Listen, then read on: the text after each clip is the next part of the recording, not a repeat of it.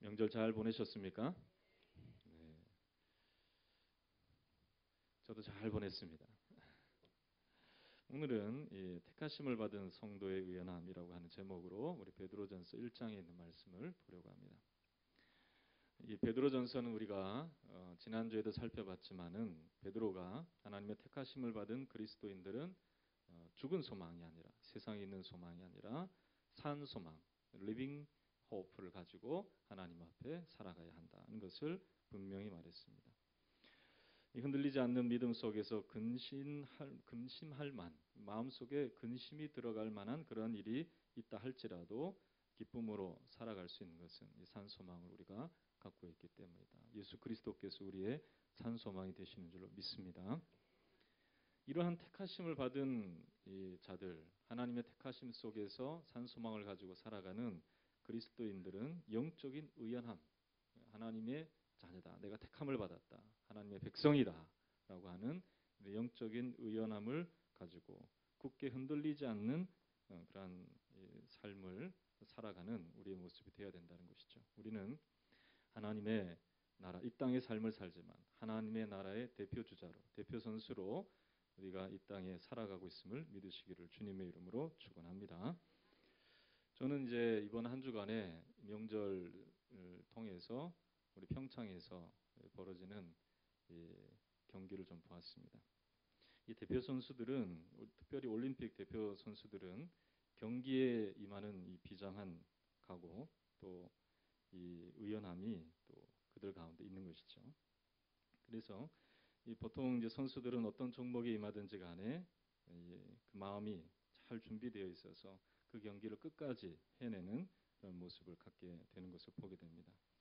특별히 평창 올림픽 중에 여자 쇼트트랙 500m 종목에서 임패딩이라고 하는 반칙패, 실격패를 받은 최민정 선수의 경기 후에 인터뷰하는 모습을 제가 보게 됐습니다.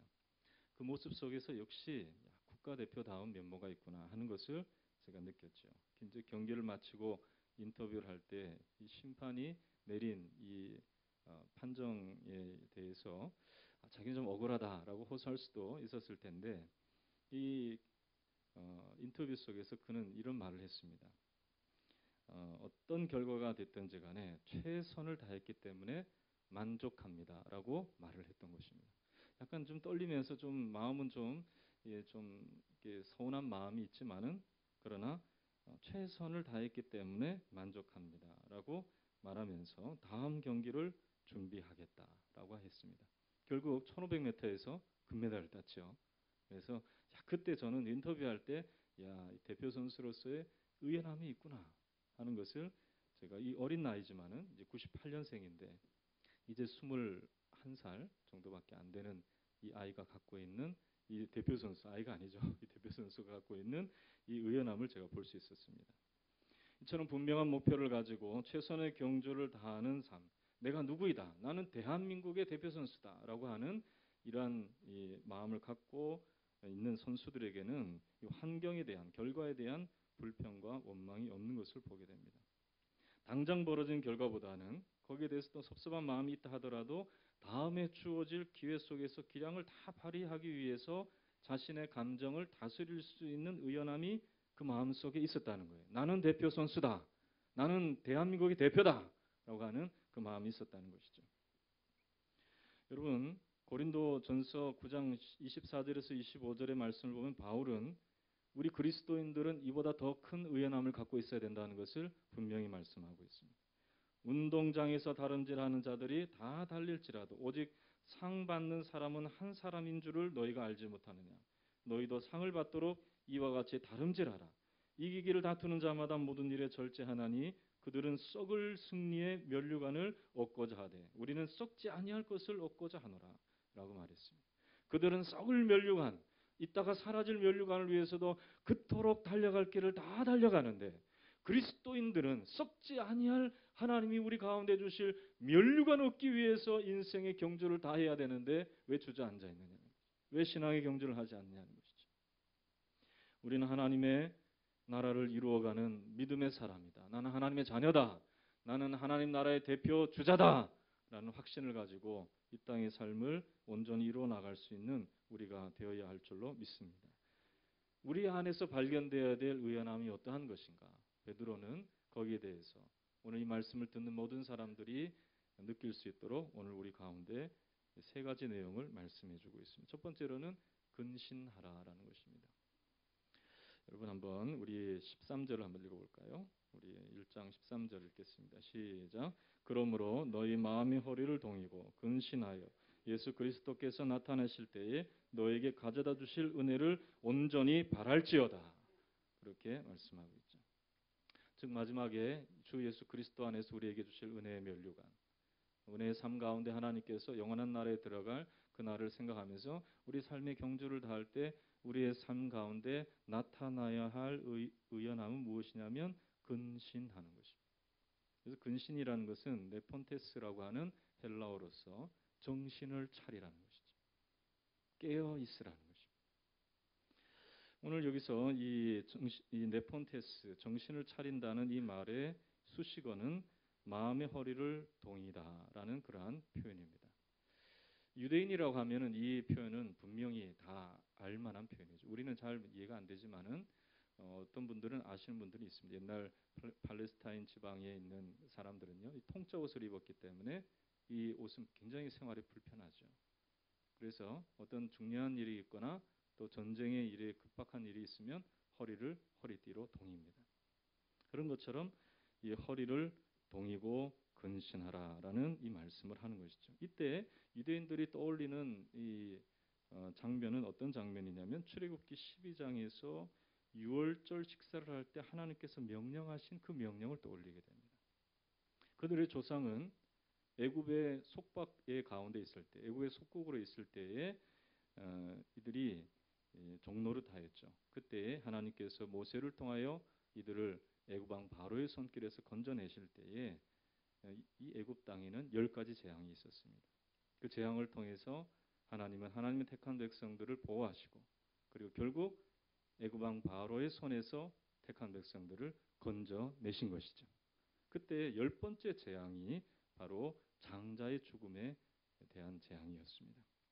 그때 생겨난 이 하나님께서 택한 백성들을 보호하시는 그러한 방편으로서 장자들은 그 애굽 땅에 있는 모든 장자들은 다 죽을 것인데 이 애굽 땅 중에 고센이라는 곳에 있는 이스라엘 백성, 하나님의 백성들은 보호하시기 위해서 하나님께서 정한 이 절기가 있습니다. 그게 바로 유월절이라는 것이죠.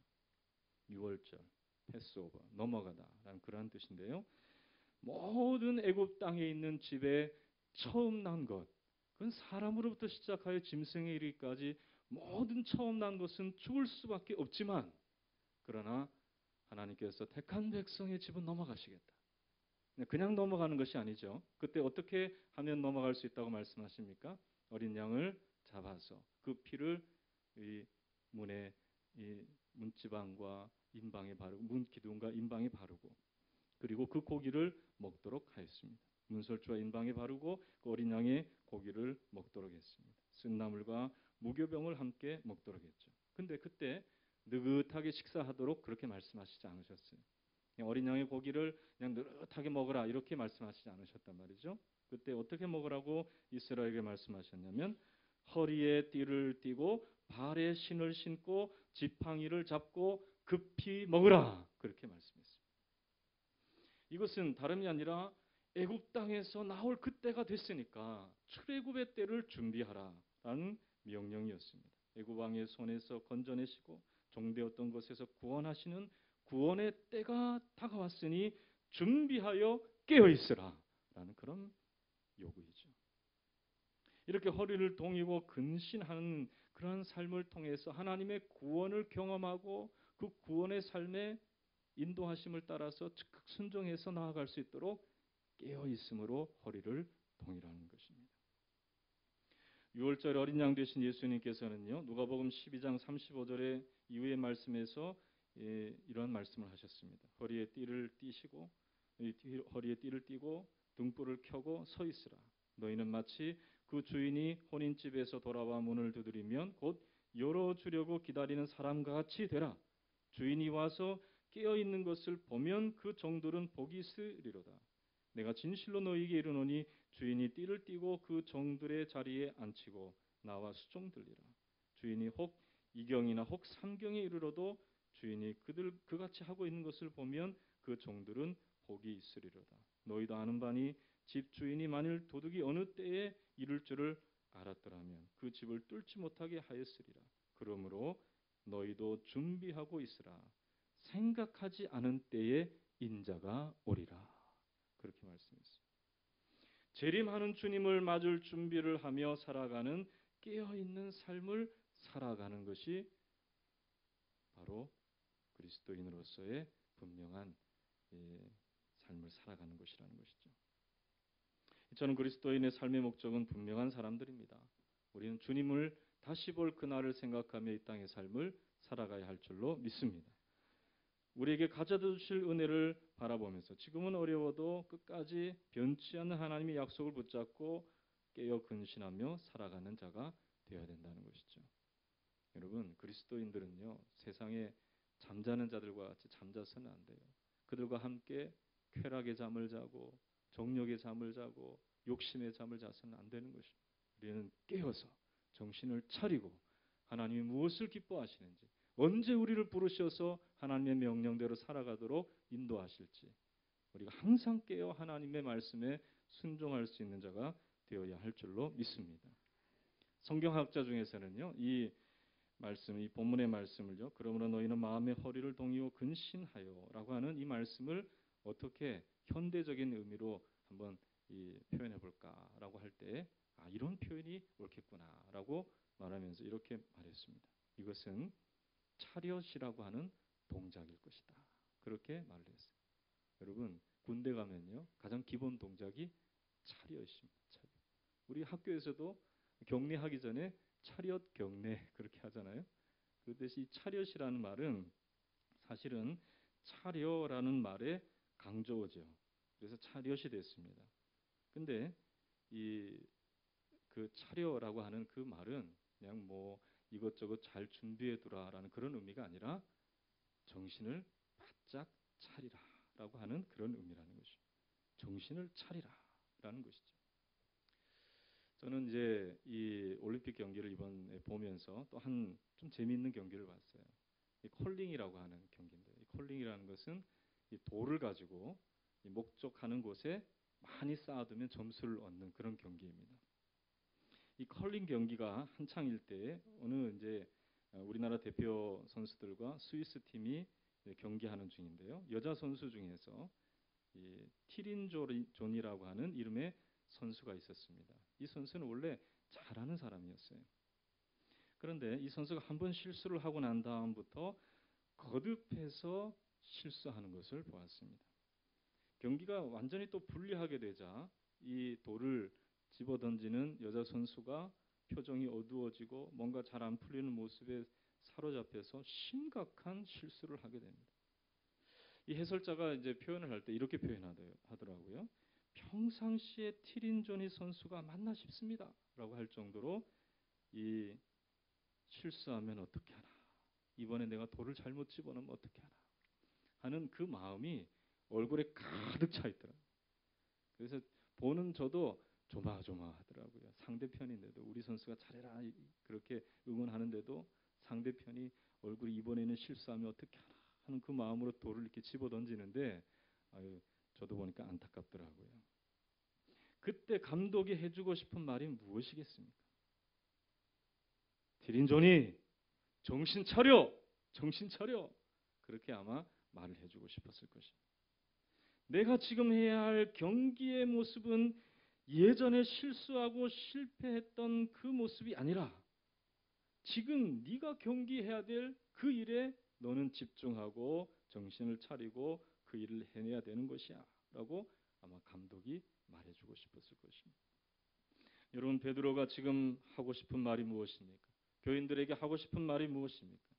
주님을 만나볼 그때를 생각하면서 더 이상 이 땅의 삶을 살아갈 때에 실수하고 실패하고 상처 입었던 세상적인 것에 연연하여 눈을 두지 말고 하나님께 시선을 두고 깨어있는 삶을 살아가라는 것입니다.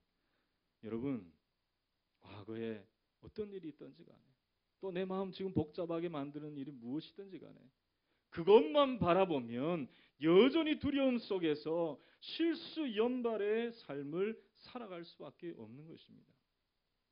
우리 주님 바라보시기를 주의 이름으로 축원합니다. 오늘 샤론 중창단의 귀한 찬양을 해서 주만 바라볼지니라. 여러분 이 항공기를 조정하는 사람 있잖아요. 그 사람들은 항상 연습을 합니다. 제일 위험할 때가 이 이륙할 때와 착륙할 때, 그때가 제일 위험하다는. 그냥 떠서 날아갈 때는 그냥 알아서 비행기가 날아가는 경우가 많은데 이 착륙할 때 특별히 위험하다는 것이죠.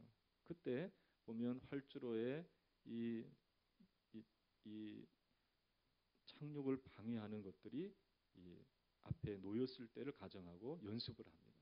그것을 바라보지 말고 그런 것들을 바라보지 말고 착륙해야 될 그 지점을 바라보면서 거기에 시선을 빼앗겨서 비행기를 함부로 다루지 않도록 착륙해야 할 그곳을 바라보면서 쭉 착륙할 수 있도록 마음의 안정을 찾고 착륙할 수 있도록 훈련을 한다는 것이죠. 여러분, 이 비행기 조절이 잘못만 되면 활주로를 이탈해서 뒤집어지기도 하고 비행기가 이 착륙을 하다가 큰 사고를 나기도 합니다. 그런 걸 방지하기 위해서 꼭 바라봐야 될 그것만 바라보는 연습을 하는 것이죠. 여러분, 우리는 그리스도인으로서 이 땅의 삶을 깨어서 우리 주님 바라보며 살아가야 할 줄로 믿습니다. 이 세상 것 바라보다가 염려 근심 올마오지요. 부정적인 생각 올마오지요. 더러운 생각들이 막 들어오지요. 그러면 안 되는 거예요. 우리는 그리스도 안에서 믿음으로 주님만을 바라보며 주께서 마지막에 또 너희에게 가져다 주실 은혜를 온전히 바랄지어다라고 했습니다. 이것을 온전히 바라보며 살아가는 우리가 되어야 할 줄로 믿습니다. 그렇습니다. 두 번째로는 우리가 가져야 될 의연함은 거룩함에 있다는 것을 말씀하고 있어요. 한번 따라하겠습니다. 그리스도인으로서 거룩하게 살아가야 한다. 자, 한번 말씀을 봅시다. 자, 우리 15절 말씀과 16절 말씀 보겠습니다. 한번 같이 읽겠습니다. 시작. 오직 너희를 부르신 거룩한 이처럼 너희도 모든 행실에 거룩한 자가 되라.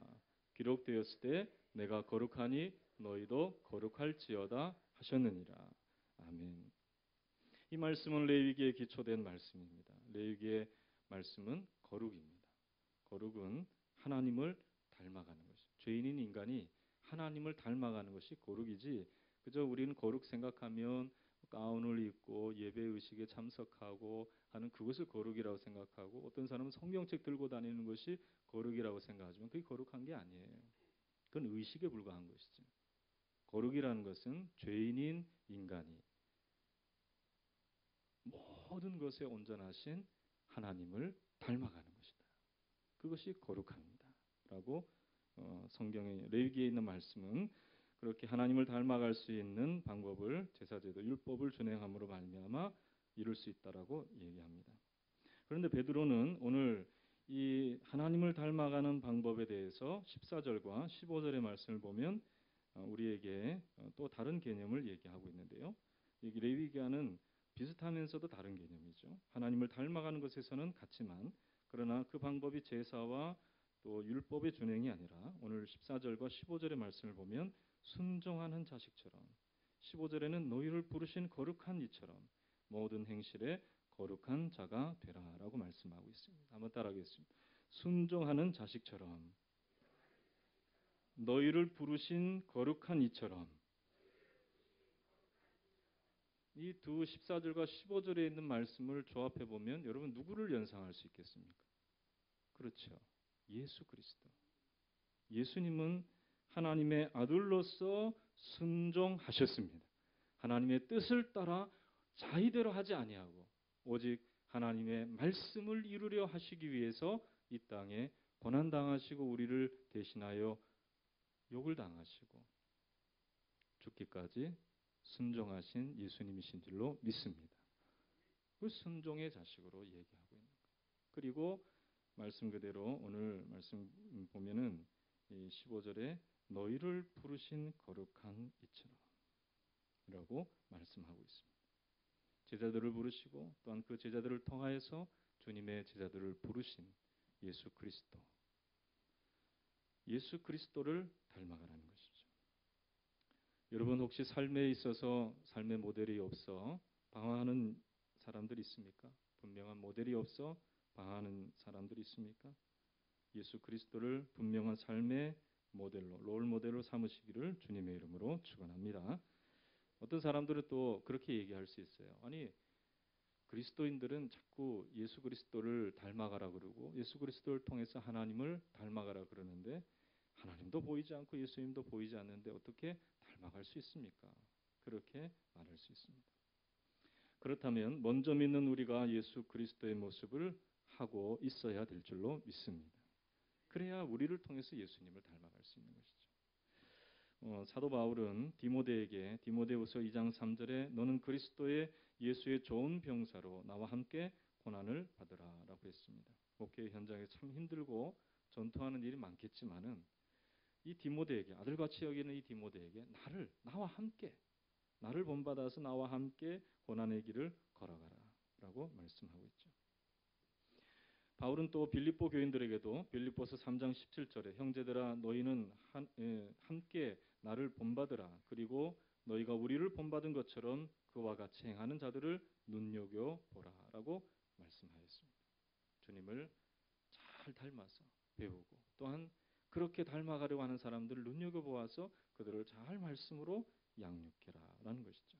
이렇게 그리스도를 닮아가고 하나님을 닮아가는 것은 우리 한 사람 한 사람을 통해서 이어지는 것입니다.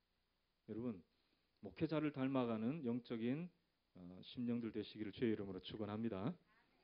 목회자처럼 그냥 설교 잘하고 기도 잘하고 그걸 닮아가는 게 아니에요. 삶 속에서 하나님을 경외하는 그런 삶을 살아가는 법을 배우고 물질에 이끌리지 아니하고 또 이 세상의 자식들에게 우리의 마음 다 빼앗기지 아니하고 어떤 것을 하든지 간에 하나님께 영광 돌리는 삶의 습관을 배우시기를 주의 이름으로 축원합니다. 할렐루야. 그렇습니다. 여러분 또 여러분들을 통해서 자녀들이 예수님을 배우고 말씀대로 살아가는 역사가 나타날 수 있기를 주의 이름으로 축원합니다. 여러분 가정의 거룩함, 또 교회의 거룩함, 또 직장 생활 속에서도 거룩함은 그 속에서 그리스도를 닮아가고 하나님을 닮아가는 삶 속에서 나타난다는 것입니다. 여러분 이것이 여러분들의 삶의 의연함이 되시기를 주의 이름으로 축원합니다. 여러분들이 드러내야 될 것은 그리스도 안에서 하나님의 아름다운 모습인 줄로 믿습니다. 그렇기 위해서 우리는 옛 사람의 습관을 버려야 됩니다. 그리고 또한 오늘 말씀에 보면 두 가지 내용을 얘기하고 있는데요. 조상들이 물려준 헛된 행실을 버리라라고 말씀하고 있습니다. 한번 14절을 보겠습니다. 14절 말씀 같이 읽겠습니다. 시작. 순종하던 자식처럼 전에 알지 못하던 때에 따르던 너희의 사욕을 본받지 말고 그렇습니다. 너희의 사욕을 본받지 말아라 라고 말씀하고 있죠. 이것은 이 옛사람의 습관을 말하는 것입니다. 여러분 보십시오. 예수님을 따르던 제자들 중에서도 옛사람의 습관을 버리지 못한 사람이 있었죠. 물론 베드로도 완전하지 못했습니다. 요한도 야고보도 완전하지 못했습니다. 예수님의 수제자라고 하는 그들도 완전하지는 못했습니다. 그러나 이들은 성령 안에서 변화되어지는 은혜를 통해서 예수님께 배운 대로 행하는 그런 삶의 모습을 나중에 나타냈죠. 그러나 끝까지 예수님의 제자 중에서 옛사람의 습관을 버리지 못한 사람이 있었습니다. 그 사람은 여러분들이 잘 알고 있는 가룟 유다인 것입니다. 주님의 길을 따르는 것이 아니라 자기의 길을 고집하여 예수님을 대제사장의 손에 팔아버린 어리석은 제자가 되고 만 것이죠. 그리고 자신의 삶을 되돌아볼 때에 그는 베드로처럼 주께서 아시나이다 고백하며 자기의 연약함을 주님께 의탁하고 주님께서 다시금 자신을 불러주심에 감사하면서 성령을 기다려야 되는데 그러지 않고 그는 스스로 자결하여 자기의 목숨을 끊어버렸습니다. 이처럼 자기의 길을 고집하며 옛사람의 습관을 벗어버리지 못하면 하나님의 거룩하심에 이를 수 없다는 것입니다. 여러분, 옛사람의 습관은 쳐다보지도 마시기를 주의 이름으로 축원합니다. 바울은 에베소서 4장 22절에서 24절에 너희는 유혹의 욕심을 따라 썩어져가는 구습을 따르는 옛사람을 벗어버리고 오직 너희의 심령이 새롭게 되어 하나님을 따라 의와 진리의 거룩함으로 지으심을 받은 새 사람을 입으라 라고 했습니다. 완전히 벗어버리는 것이죠. 여러분, 헌옷은요 벗어버리고 다시 입지 않습니다. 빨아버리든지 버려버리든지 하는 것이죠. 여러분, 옛사람의 습관은 다시 돌아볼 것이 아니라는 것입니다. 그리스도 안에서 말씀을 통해 거룩하게 하시는 것, 하나님의 나라를 경험하게 하시고 하나님의 뜻이 무엇인지를 분별하게 하셔서 그 뜻대로 행하게 하시는 하나님의 이 아름다움을 우리가 경험하였다면 그 뜻대로 온전히 행하기를 즐거워할 수 있는 저와 여러분 되시기를 주의 이름으로 축원합니다. 자꾸 개가 그 토하는 것을 다시 먹는 것처럼 옛사람의 습관으로 돌아가서는 안 되는 거예요. 돈이 좋다고, 명예가 좋다고, 또 세상에 있는 쾌락이 좋다고 그렇게 우리의 삶의 시선을 빼앗겨서는 안 되는 것이죠. 또한 조상이 물려준 헛된 행실에서 우리가 벗어나야 한다는 것을 말씀하고 있습니다. 자, 18절 말씀을 보십시오. 같이 읽겠습니다. 시작. 너희가 알거니와 너희 조상이 물려준 헛된 행실에서 대속함을 받은 것은 은이나 금같이 없어질 것으로 된 것이 아니요 라고 말씀하고 있습니다. 유대인들은요, 이 조상이 물려준 헛된 행실이 있었는데요. 그것이 무엇이냐면 장로의 전통이었습니다. 그래서 율법을 지키기 위해서 장로들이 세운 그 전통대로 살아가야 한다는 것이죠. 그러나 장로의 전통을 지키기 위해서 하나님의 말씀을 버리는 어리석음을 이들이 범했다고 예수님은 말씀하고 있습니다. 마태복음 15장과 마가복음 7장의 말씀을 보면 예수님의 제자들이 손을 씻지 않고 음식을 먹는 장면을 본 이 바리새인과 서기관이 예수님께 찾아와서 예수님께 항의하죠. 당신의 제자들은 어찌하여 장로들의 유전을 범하나이까? 떡을 먹을 때 손을 씻지 아니하나이다 라고 이렇게 주장을 했습니다. 그때 예수님께서 이 마태복음 15장 3절에서 이렇게 대답하였죠. 대답하여 가라사대 너희는 어찌하여 너희 유전으로 하나님의 계명을 범하느냐 라고 말씀하면서 고르반이라고 하는 그때 당시에 하나님께 드림이 되었다라고 하는 이 장로의 전통을 통해서 내 부모를 공경하라 라고 하는 제5계명의 말씀을 어기는 것을 예로 들었다는 거예요. 아무리 하나님께서 주신 율법의 말씀이라고 할지라도 그 준행자가 사람일진데 사람이 세워놓은 것으로 말미암아 우리를 구원할 수 있는 힘은 없다는 것을 분명히 성경이 말씀하고 있는 것입니다.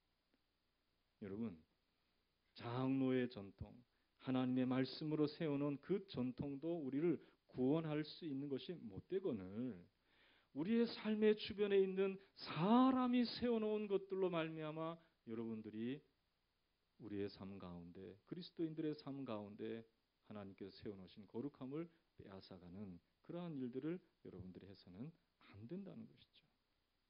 여러분, 우리들은 대부분 보면 유교적 전통이 많은 것 같아요. 그래서 어디를 가든지 나이 문화, 나이가 많으면 무조건 머리를 숙여야 된다라고 하는 그런 문화에 살고 있습니다. 물론 어른을 공경하라는 것은 성경적인 교훈입니다. 그러나 그 어른은 자기가 나이가 많다고 해서 그것을 권위로 삼아서 아랫사람들에게 불합리한 것을 주장해서는 안 된다는 것이죠.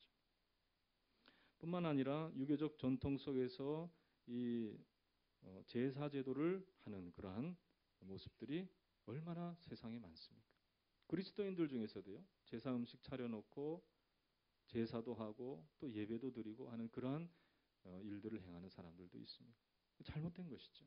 사람이 세워놓은 전통, 그것에 사로잡혀 있는 그러한 모습을 보게 됩니다. 어쩔 수 없어서 가정이 구원을 받지 못해서 기도하는 마음으로 어떤 분은 그렇게 해요. 이 밥을 풀 때에도 이 밥에 남들이 보기 전에 밥을 풀 때 십자가를 그려놓고 주여 이 가정을 구원하여 주시옵소서. 그러면서 밥을 푸고 그리고 이 제사를 할 때에도 준비를 해주면서 절은 하지 않고 절은 하지 않겠습니다. 나는 그리스도인이기 때문에 절을 하지 않겠습니다. 하지만은 그들이 불평하지 않도록 그렇게 지혜롭게 행하는 사람이 있습니다. 그 사람의 마음은 비록 제사하는 자리에 있다 할지라도 하나님을 경외하는 아름다운 모습인 줄로 믿습니다. 그런데 어떤 사람들은요, 이상하게도 그리스도인이면서도 제사도 드려야 되고 예배도 드려야 되고 이러한 이중적인 삶을 살아가는 사람도 있어요. 그건 잘못된 거예요. 여러분, 환경이 모든 사람들이 예수를 믿는다면 과거에 섬겨왔던 사람의 습관과 전통은 다 버려버리시기를 주의 이름으로 축원합니다. 그건 버려도 되는 거예요. 그러나 하나님의 말씀은 절대로 버려서는 안 되는 것입니다.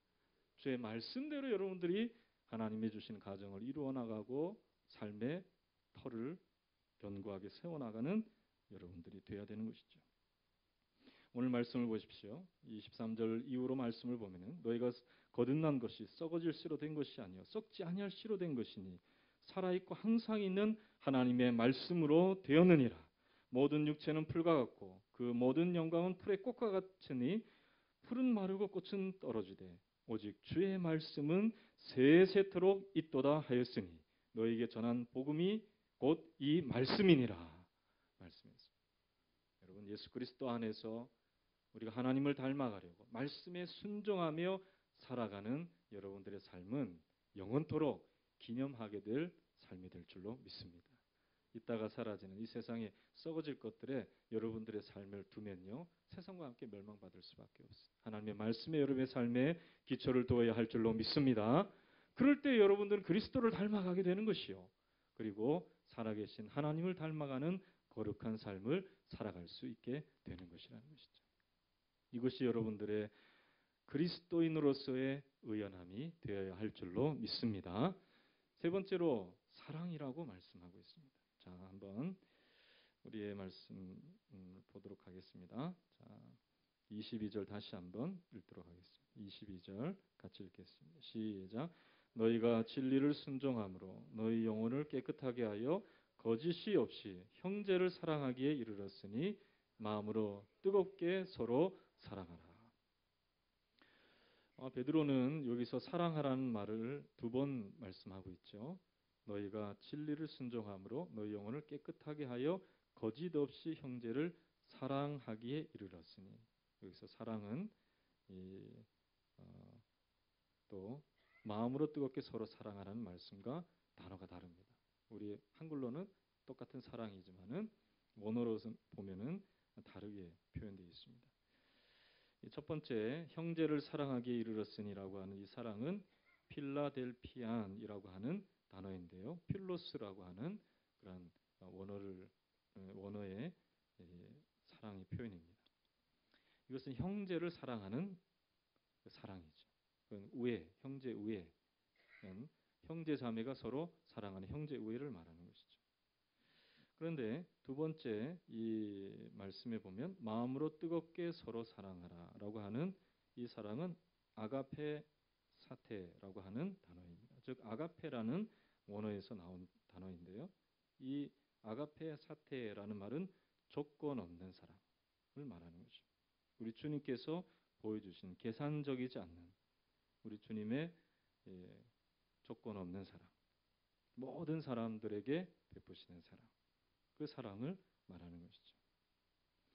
여러분, 사람들이, 이 세상에 있는 사람들이 우리가 열심히 기도하고 전도한다고 좋아하지 않습니다. 그렇죠? 우리 교회가 이렇게 뜨겁게 기도하니까 사실 우리 주변에서 좋아해야 되잖아요. 우리는 막 뜨겁게 열정적으로 기도하는데, 근데 시끄럽다고 그러더라고요. 언제 보니까 여기서 잠자는 사람이 있었는지 이렇게 내려와서 우리 교회가 시끄럽다고, 왜 이렇게 시끄럽게 하냐고 그러면서 잠 못 자게 한다고 막 괴로워하더라고요. 그리고 우리가 전도하고 나가는 것들 우리는 다 좋아하지만은 사람들 싫어하는 사람도 있습니다. 그러나 사랑할 때 감동을 받는 것입니다. 여러분, 하나님이 주신 사랑으로 그리스도의 사랑으로 세상을 품으시기를 주의 이름으로 축원합니다. 그럴 때에 세상이 하나님의 말씀을 받을 수 있는 마음을 갖게 되는 것이죠. 마틴 루터킹 목사님은 아직도 세상을 움직이는 힘은 사랑이라고 했습니다. 그리스도인들의 유일한 표지는 사랑이다. 프란시스 셰퍼 박사님도 그렇게 얘기했습니다. 여러분, 성경의 말씀을 다 요약하면 사랑인 것입니다. 우리가 구원함을 받고 영원히 변치 않는 하나님의 말씀 위에 거룩한 삶을 이루어 나갈 수 있는 것도 하나님의 사랑의 결과인 줄로 믿습니다. 그러니까 사랑해야 되는 거예요. 할렐루야. 그러니까 형제 우애의 사랑에서 조금 더 지나친 사랑을 해야 됩니다. 그것은 무엇이냐면 예수님이 십자가에서 보여주신 사랑이다. 형제 우애의 사랑은 세상에서도 볼 수 있어요. 그래서 자기 친한 사람, 자기 가까운 사람 사랑하는 이 모습은 세상에서도 얼마든지 볼 수 있는 거예요. 그러나 그것에서 벗어나서 조건 없는 사랑, 그리스도의 복음으로 말미암아 자신을 해하려고 하는 자들에 이르기까지 기도해 주었던 초대교회의 그러한 사랑의 모습처럼 우리 교회가 아가페의 사랑을 실천할 때에 우리는 그리스도인으로서의 자긍심을 가지고 많은 사람들을 구원하는 교회로 하나님께서 세워주실 줄로 믿습니다. 여러분, 세상에 빛을 잃어가는 그런 교회들이 얼마나 많습니까? 돈으로 세워지고 또 여러 가지 조건과 환경에 세워지는 교회들이 얼마나 많습니까? 그런 교회는 사실은 한 세대를 넘어가기 어려워요. 우리 교회는 그리스도의 사랑의 영향력을 가지고 주님의 주시는 일들을 우리가 자손 만대까지라고 하면 좀 그렇죠. 주님이 얼마 있으면 오셔야 되니까. 주님 오시는 그날까지 펼쳐나갈 수 있는 교회가 될 수 있기를 주의 이름으로 축원합니다. 우리 교회를 그렇게 삼아주신 줄로 믿습니다. 서로 사랑해야 되는 것입니다. 오늘 말씀을 통해서 우리는 하나님의 나라의 대표주자로서 우리가 가져야 될 이 세상에서 믿음의 경주를 하는 우리로서의 삶의 자세, 특별히 의연함을 어떻게 나타낼 것인가 하는 것을 우리는 보았습니다. 우리는 정신을 차리고 우리 주님께서 보고 계신다 하는 것을 분명히 마음에 새기고 우리의 삶 가운데 가야 될 길, 이루어야 될 것들, 그것들을 바라보며 끝까지 나아갈 수 있기를 주의 이름으로 축원합니다. 거룩한 삶을 살아야 됩니다. 하나님의 말씀에 순종하며 살아가야 됩니다. 그리스도를 닮아가야 됩니다. 살아계신 하나님을 닮아가시기를 주의 이름으로 축원합니다. 그 하나님의 말씀대로 살아가는 삶, 그 삶 속에 이런 은혜가 있음을 기억하고 우리에게 면류관을 씌워주실 그날까지 우리는 하나님 나라의 대표 선수로서 이 땅의 삶을 살아가는 저와 여러분 되시기를 주님의 이름으로 축원합니다. 축원합니다. 다 함께 기도하도록 하겠습니다. 하나님 아버지, 내가 어떤 사람인지를 분명히 깨닫고 하나님 나라의 대표 선수로서, 대표 주자로서 믿음의 경주를 다하는 참 의연함이 우리 가운데 나타나도록 축복하여 주시옵소서. 우리를 사용하여 주시고 하나님의 나라의 일꾼 되게 해주시고 주님의 일을 이룰 수 있도록 축복해 달라고 우리 마음속에 하나님이 주시는 말씀으로 더욱더 새로워지고 거룩함을 통하여 주님을 닮아가며 하나님 사랑하기에 이룰 수 있는 우리를 되도록 축복해 달라고 우리 간절한 심령으로 기도하겠습니다. 좋으신 하나님 아버지 은혜를 감사합니다. 오늘 말씀을 통하여서 한 영혼을 교훈하여 주시고 일깨워 주시니 감사합니다. 주여, 우리가 이 세상에서 향방 없이 달려가는 그런 삶을 살아가서는 안 되겠습니다. 정신을 차리게 하여 주시옵시고 근심과 염려에 묶여 있지 않게 하여 주시옵시며 주의 말씀으로 깨어서 하나님 우리에게 주실 하나님 목표를 향해서 그리스도께서 우리에게 주실 은혜를 받기를 원하여서 그날을 향하여 달려나갈 수 있는 저희들 되도록 주여 축복하여 주시옵소서.